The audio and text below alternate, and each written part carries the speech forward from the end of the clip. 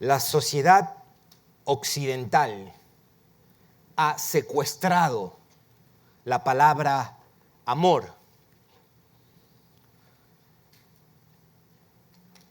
Y ha malentendido también el concepto del amor, en particular del amor divino.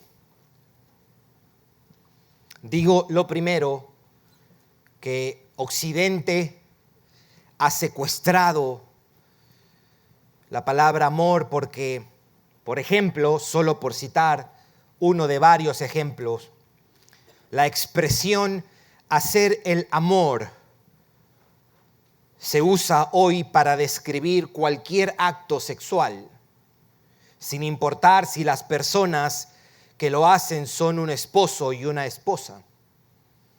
Hacer el amor hoy se usa para referirse al acto sexual, incluso si es entre personas que no están casadas, entre parejas del mismo sexo. Incluso escuché el otro día a un premio de literatura, premio Nobel de literatura, decir que los hipopótamos hacen el amor.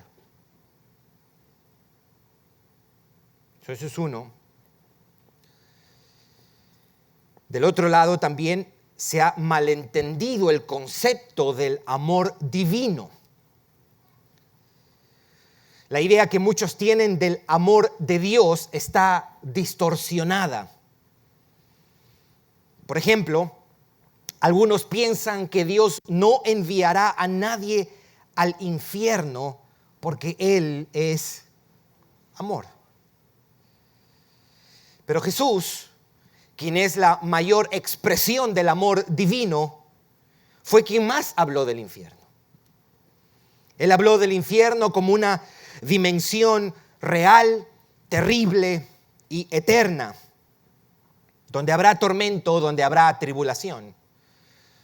Jesús habló del infierno como una realidad llena de terror y angustia, y que muchos lo sufrirán. Por eso es que digo que muchos entienden el amor de Dios de una forma distorsionada. Miran el amor de Dios en términos permisivos. Para muchos, decir que Dios es amor es una manera de decir, yo puedo hacer lo que quiero, puedo fornicar, puedo pecar, y al final no me va a pasar nada porque Dios es amor.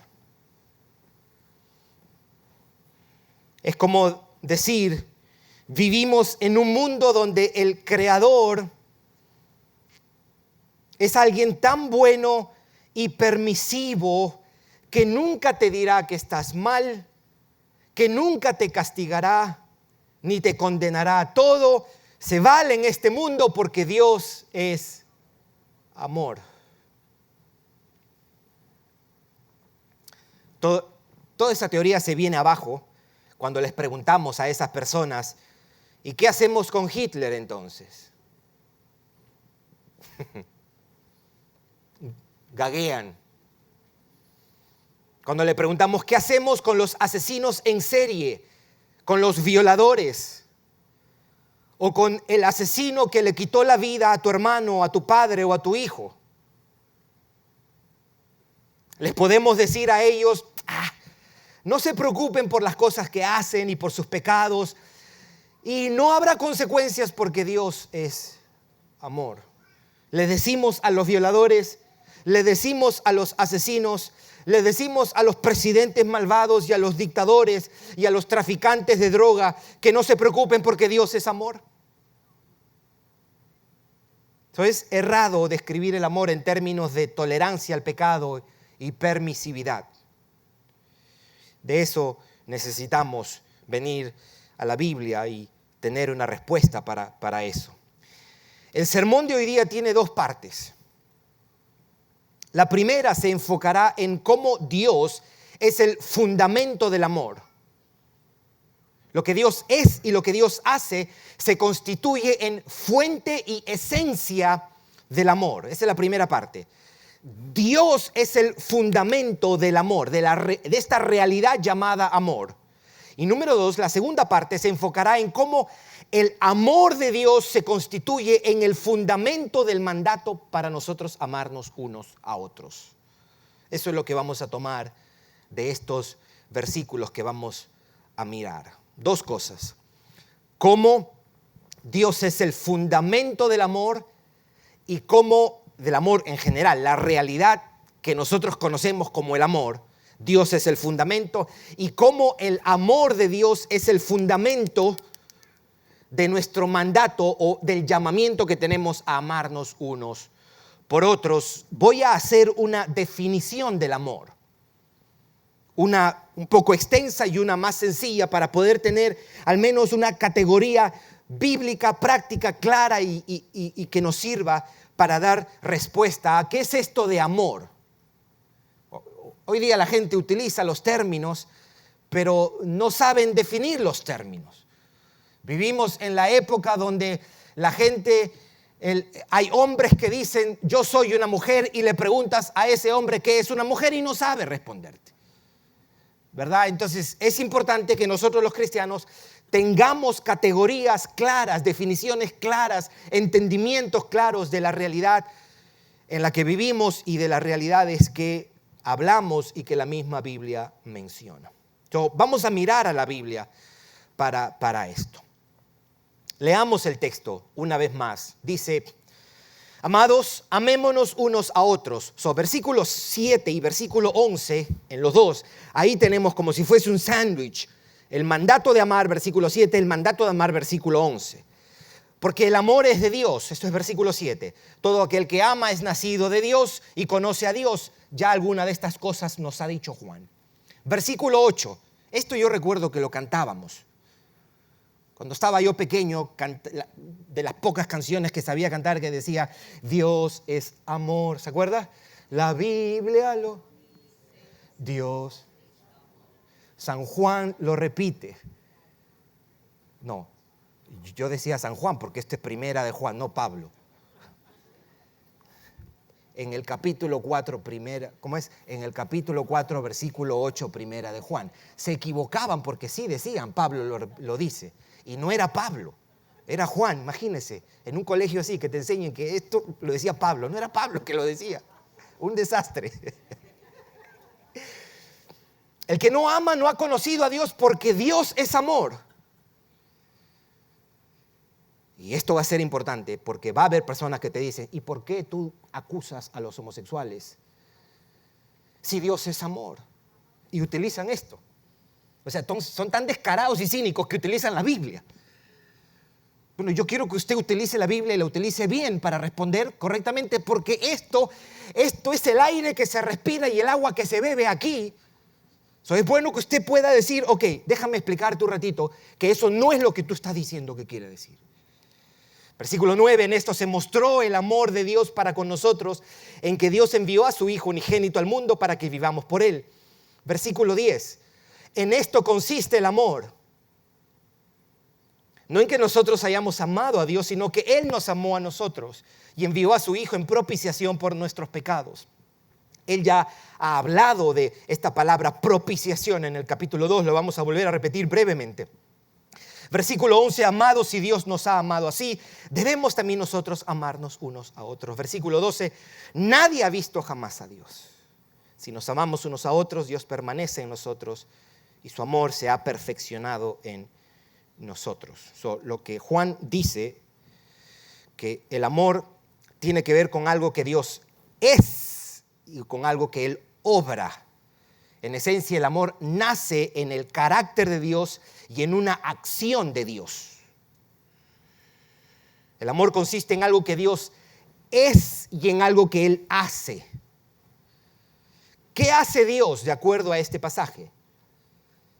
Él envía a su Hijo. Y en los versículos 9 y 10, Él menciona dos aspectos de la salvación que se obtienen a causa de que el Hijo haya venido. Dos cosas hace Cristo, dos beneficios. Número 1, Él propicia nuestros pecados. Y número 2, nos da nueva vida. ¿Verdad? Eso es lo que dice. Si usted lee el versículo 8 y 9, o más bien 9 y 10, en esto se mostró el amor de Dios para con nosotros, en que envió a su Hijo unigénito para que vivamos por Él. Y en esto consiste el amor, no en que nosotros hayamos amado a Dios, sino en que Él nos amó a nosotros y envió a su Hijo en propiciación por nuestros pecados. El Hijo, 2 veces lo dice aquí, el Hijo fue enviado para resolver el problema del pecado, versículo 10. Y el Hijo fue enviado para darnos vida eterna, versículo 9. Propiciación por nuestros pecados. Propiciación. La cruz de Cristo tiene 2 dimensiones, una horizontal y una vertical. Una horizontal porque es dirigida para los hombres, para el beneficio de los hombres. A eso se le llama expiación, atonement en inglés. Pero la cruz también tiene una dimensión vertical, dirigida hacia Dios. El sacrificio de Cristo es un sacrificio ciertamente que redime, que salva al hombre, pero su muerte en la cruz también es un sacrificio que satisface la ira de Dios por nuestros pecados. Por eso es orientado así y orientado así. La palabra propiciar tiene que ver con quitar o apaciguar la ira de Dios por nuestros pecados. La justicia divina es satisfecha en la cruz. La muerte del Hijo de Dios propicia a Dios. Propiciar, apaciguar la ira divina, satisfacer la justicia de Dios. Cristo es propiciación para nuestros pecados. Por eso usted no tiene que recibir la ira de Dios, porque la ira de Dios la recibió nuestro Señor Jesucristo. Pero el texto dice también que vino para que vivamos por Él, vida juntamente con Él. La venida del Hijo de Dios nos devuelve la vida y nos da vida eterna. Nos dio su vida en el nuevo nacimiento. Y cuando digo su vida, estoy hablando de la vida del Cristo resucitado. Es lo que el Espíritu viene e infunde en nosotros. Ahora tenemos vida en unión con Él, gozamos de vida en compañerismo con Él y tenemos vida eterna. Eso es lo que Dios hace. Enviar a su Hijo para propiciar pecados y para darnos vida. Ahora, hemos dicho también que el amor tiene que ver con algo que Dios es.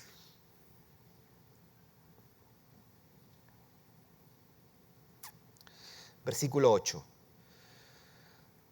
El que no ama no ha conocido a Dios, porque Dios es amor. Después vamos a volver brevemente a ese versículo otra vez, pero quiero quedarme con esto. Dios es amor. No solo nos dice lo que Dios hace, también nos dice algo acerca de Dios. Que Él es amor, Él es la fuente, Él es la esencia, Él es la medida del amor. No que Él tiene amor, sino que es amor. Una buena pregunta que haríamos es, ¿y por qué decimos eso? ¿Por qué decimos eso? Y aquí es donde la fe cristiana se erige como única para explicar esta realidad del amor. Respondemos, porque Dios es un Dios trino. Dios Padre, Hijo y Espíritu Santo. Ese Dios trino, esas 3 personas han estado en una relación de amor mutuo, de deleite mutuo, de gloria mutua, desde antes de la fundación del mundo. Cuando no había existencia, o cuando la única existencia era la del Padre, Hijo y Espíritu Santo, ellos experimentaban amor, ellos se daban amor, ellos recibían amor, ellos disfrutaban amarse. Por eso decimos, antes de la realidad visible, temporal y terrenal, antes que esa realidad empezara, ya estaba la existencia trascendente, eterna y celestial del Dios Trino, amándose Padre, Hijo y Espíritu Santo. Quiero invitarte a buscar en Juan 17, 24, para que nuestra comprensión sea lo más escritural posible. Juan 17, 24. Esto es la oración sacerdotal que Jesús hace delante de sus discípulos. Aquí termina el discurso del aposento alto. Y Jesús está orando y le dice en el versículo 24, Juan 17, 24, escuche lo que él dice, porque esto va a ser importante para entender qué es el amor.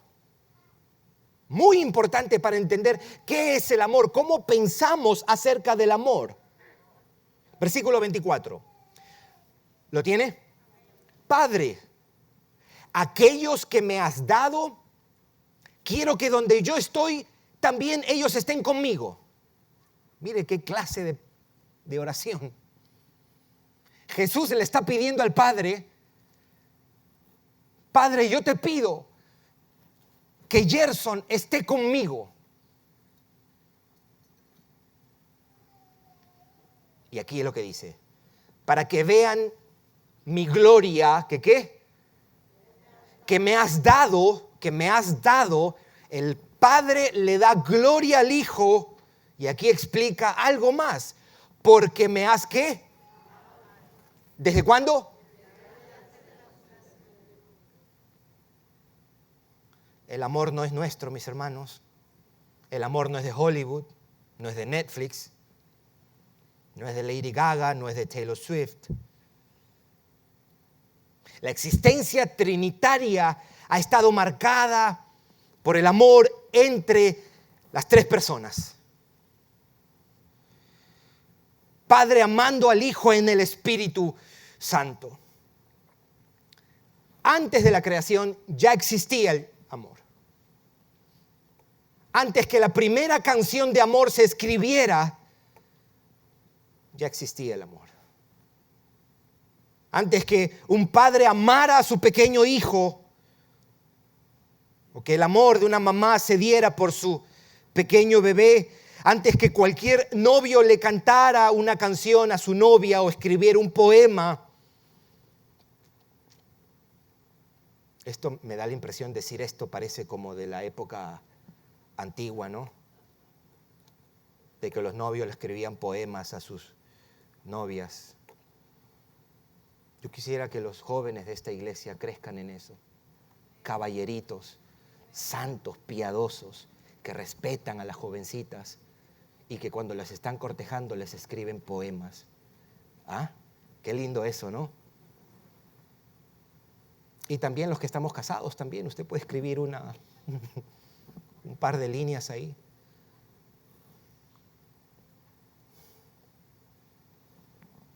Antes de las películas de Hollywood, el amor ya ha sido una realidad porque Dios es amor. Dios es amor. Entonces vamos a reunir las dos cosas. Las dos cosas. El carácter de Dios. Dios es amor. Y la obra de Dios en la redención. Envió a su Hijo. Se constituyen en la esencia y definición del amor. La persona de Dios y su acción para salvarnos es en última instancia el principio del amor. Lo que Dios es y lo que Dios hace es la fuente y el fundamento del amor. ¿Estamos hasta ahí, mis hermanos? Nuestra definición del amor debe nacer de Dios. Nuestro entendimiento de lo que es el amor, nuestras expresiones y actos de amor deben estar en armonía con Dios y ser un reflejo de Dios, y deben modelar a Dios y deben seguir el patrón de Dios, porque Él es su fuente y fundamento.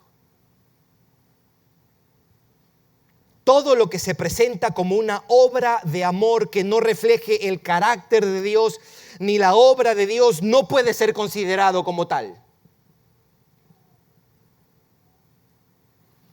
Todo uso de la palabra amor que no surja de esto no tiene nada que ver con la realidad del amor.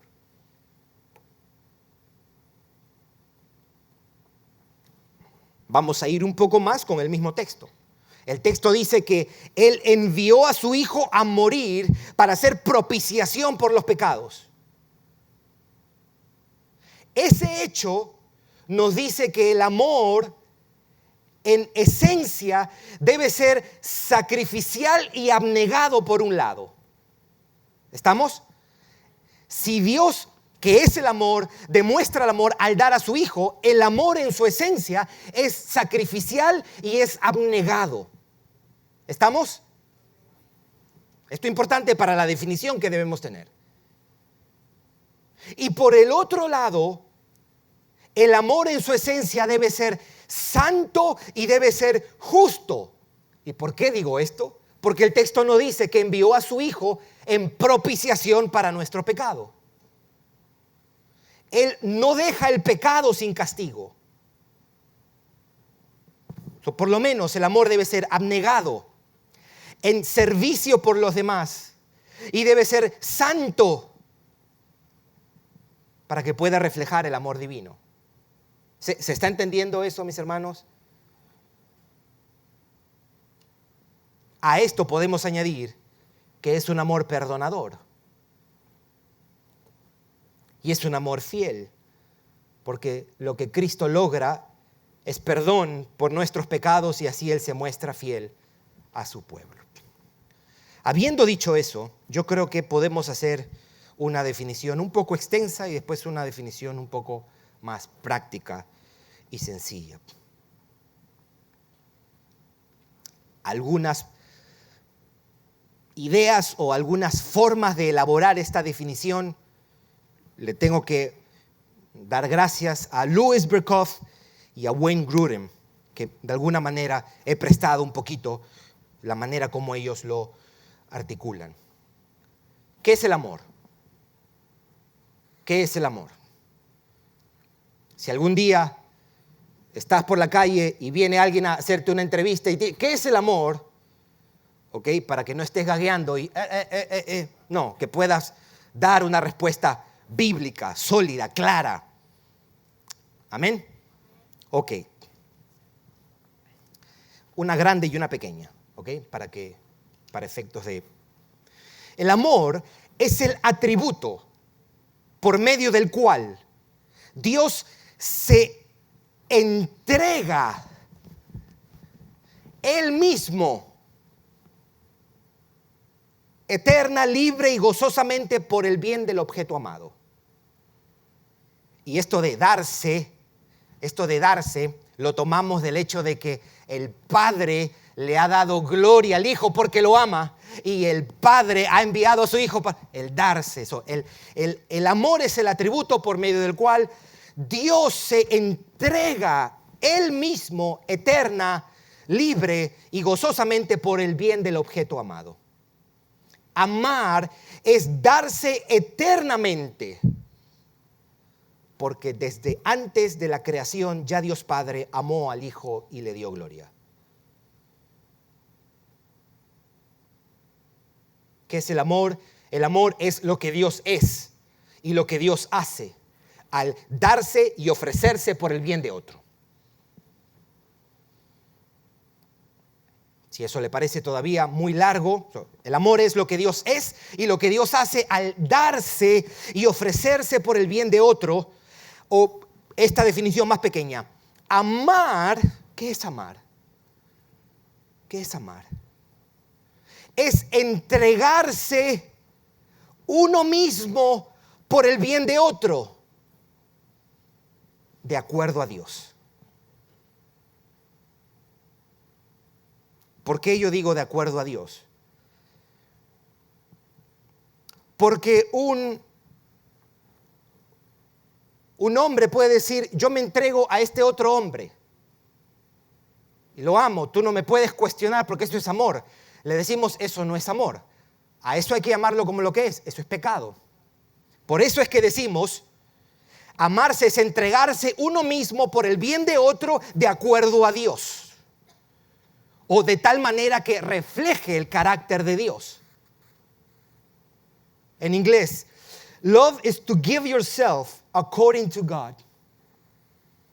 Is to give yourself in a way that reflects who God is and what God has done. Is the giving of yourself according to God. Es el entregarte tú mismo por el bien de otro de acuerdo a Dios, en conformidad a Dios, de manera que refleje quién Dios es. Eso es lo que estamos diciendo. Lo que Dios es y lo que Dios hace se constituye en la esencia del amor, el fundamento del amor. No busquemos definición o aplicaciones de la idea del amor fuera de Dios. ¿Estamos, mis hermanos? Eso es primero. Y lo segundo es que el mandato a amarnos está fundamentado en el amor de Dios. En su carácter y en su obra, lo mismo. Debemos amar por lo que Dios es. Dice, debemos amar porque Dios es amor. Y por lo que Él hace para salvarnos. Debemos amarnos unos a otros porque Dios es amor y porque envió a su Hijo a morir por nuestros pecados. Aquí está, mis hermanos. El amor, el concepto del amor, no solo está, no está fundamentado solamente en el carácter y la obra de Dios, la realidad del amor, sino también el llamado que Dios nos hace para amar está fundamentado en su carácter y en su acción. Y a causa de eso, somos llamados a amar. Versículo 7, note lo que dice. Amados, amémonos unos a otros porque el amor es de Dios. Amémonos unos a otros porque el amor es de Dios. Y versículo 11. Amados, si Dios nos ha amado así, debemos también nosotros amarnos unos a otros. Lo que Dios es y lo que Dios ha hecho es el fundamento para llamarnos a nosotros a amarnos unos a otros. ¿Qué es lo que está diciendo Juan cuando dice, amados, amémonos unos a otros? Lo que él está diciendo es, perdonemos a nuestros hermanos. Toleremos, sirvamos, seamos pacientes, mostremos compasión, misericordia, trabajemos por su bienestar físico, emocional y espiritual. Y esto es así porque Dios lo ha hecho con nosotros. Perdonemos cuando nos ofenden. Toleremos a nuestros hermanos cuando hacen cosas que nos perjudican o cuando dejan de hacer cosas que nos perjudican. Sirvamos a nuestros hermanos cuando estén en necesidad. Seamos pacientes con su inmadurez. Seamos pacientes con sus defectos, con sus errores, con sus pecados. Mostremos compasión cuando fallan y cuando se comportan de maneras que no reflejan la humildad y la santidad de nuestro Señor Jesucristo. Seamos misericordiosos para perdonar y no tomarles en cuenta sus ofensas. Trabajemos y esforcémonos por su bienestar físico, emocional y espiritual. Estemos comprometidos con su crecimiento en santidad porque así se expresó el amor de Dios. Envió a su Hijo para el bienestar de nuestras almas.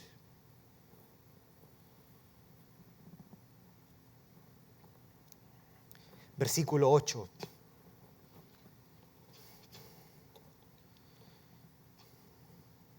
El que no ama no ha conocido a Dios, porque Dios es amor. Ponte a pensar en eso por un momento. El que no ama no ha conocido a Dios, porque Dios es amor.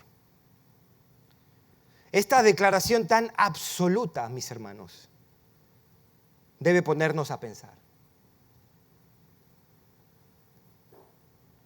Este diagnóstico tan crudo y definitivo que hace Juan en el verso 8 debe llevarnos a la reflexión, a considerar el mandato y también a examinarnos a nosotros.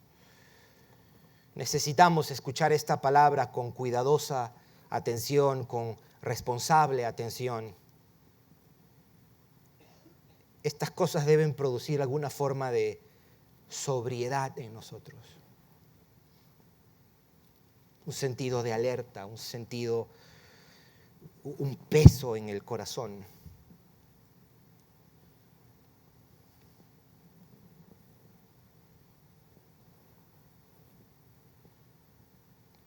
Yo le pido a Dios, cuando uno predica cosas como esta, que se repiten tanto, yo creo que es válido que un predicador busque la manera de compartir las mismas verdades, pero de maneras frescas.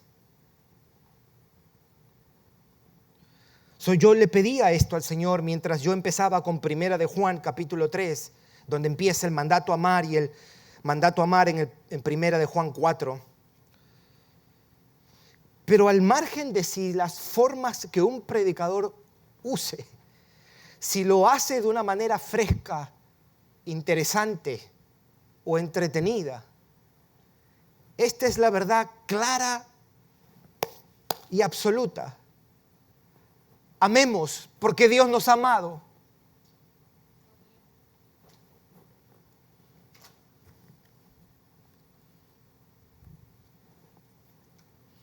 Qué precioso sería que después de escuchar a Dios llamarnos al amor unos por otros, los que están enojados y enemistados se acerquen para hablar y para reconciliarse.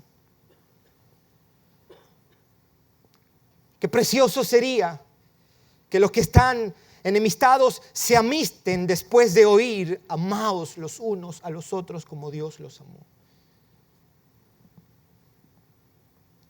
Hermoso sería que después de escuchar al Señor, los que están distanciados se humillen y procuren acercarse. Que los que se han ofendido y los que no se hablan se pidan perdón, se perdonen, se abracen y glorifiquen a Cristo. Qué potente prueba del poder transformador de Cristo si nos perdonamos, nos reconciliamos y nos abrazamos.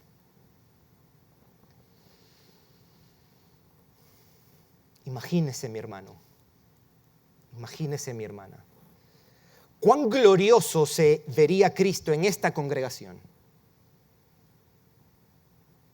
si los que decimos amarlo y seguirlo comenzamos a buscar y a perdonar a los que nos han ofendido.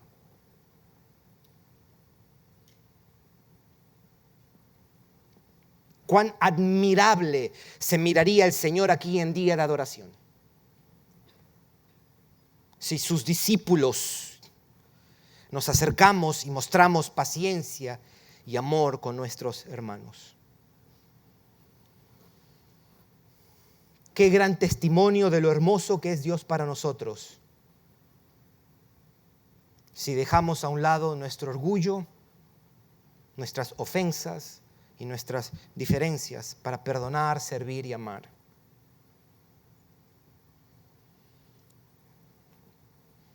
Cristo brillaría más, mis hermanos. Cristo brillaría mucho más.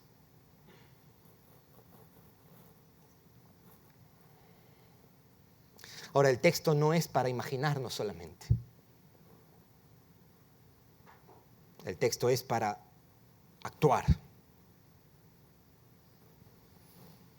Oremos, busquemos, trabajemos, esforcémonos y obedezcamos este mandato para que la aspiración celestial encuentre expresión en medio nuestro. Mirad cuán bueno y agradable es habitar los hermanos juntos en armonía. Cuán consolador es ver a la comunidad de día de adoración sirviéndose y reconciliándose.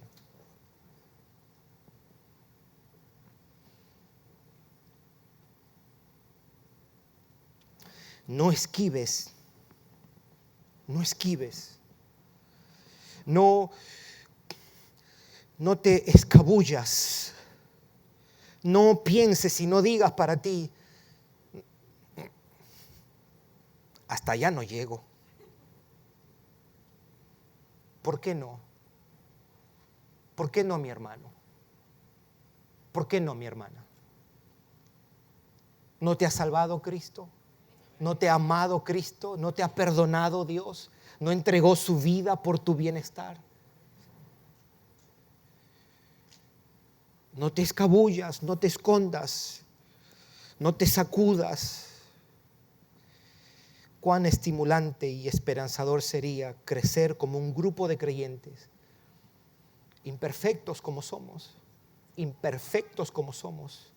pero tu conciencia de tu imperfección que no te lleve a la pasividad. Que no te lleve a la pasividad. Hay llamadas que tú vas a tener que hacer o deberías hacer. Hay invitaciones que tú deberías hacer. Hay conversaciones que tú deberías tener. Hay acercamientos que tendrías que hacer. Si vas a tomar en serio este mandato, cuán esperanzador sería crecer como un grupo de cristianos que se sirven, se aman y se perdonan. Vamos a orar.